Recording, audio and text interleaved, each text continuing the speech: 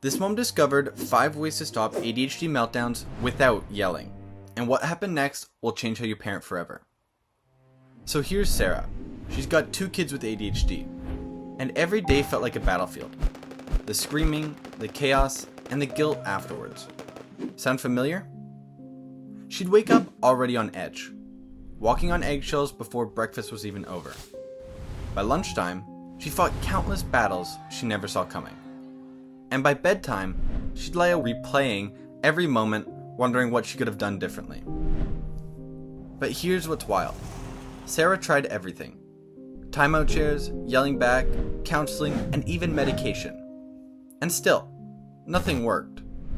Her kids would explode, and eventually, she'd explode right back. She started to believe that maybe this was just how things had to be. But then, she came across this technique and something clicked. See, most parents, through no fault of their own, are taught to treat ADHD meltdowns like misbehavior. But they're not. They're actually a sign that your child's nervous system is overloaded.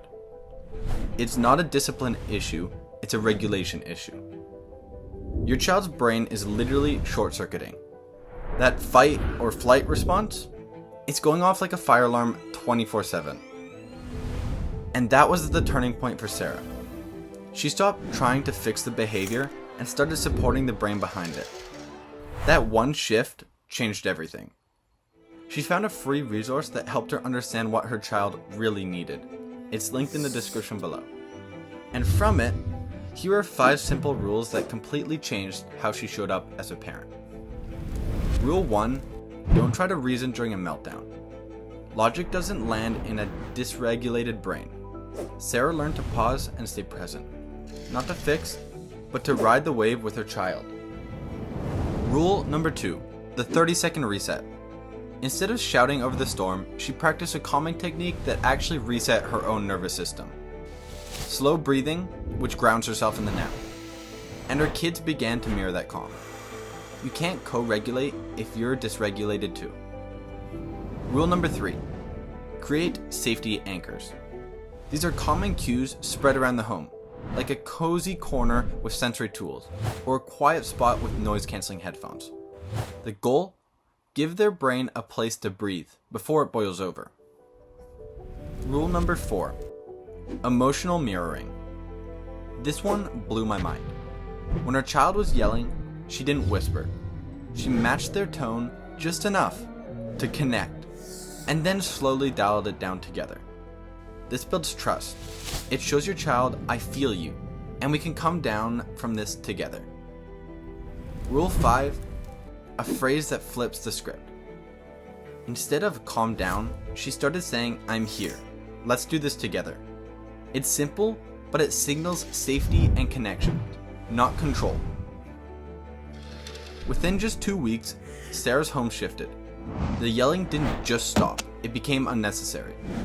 Her kids started noticing their own warning signs and asking for space before the meltdowns came. And then, something amazing happened. Other parents started asking what changed. Sarah began sharing these strategies. And now she's helping families all across her district. Not because she planned to, but because real change speaks for itself. Here's the thing most people don't realize. Traditional parenting methods were never designed for ADHD brains. What works for most kids can actually backfire for kids with ADHD, triggering more shame, more dysregulation, and more disconnection.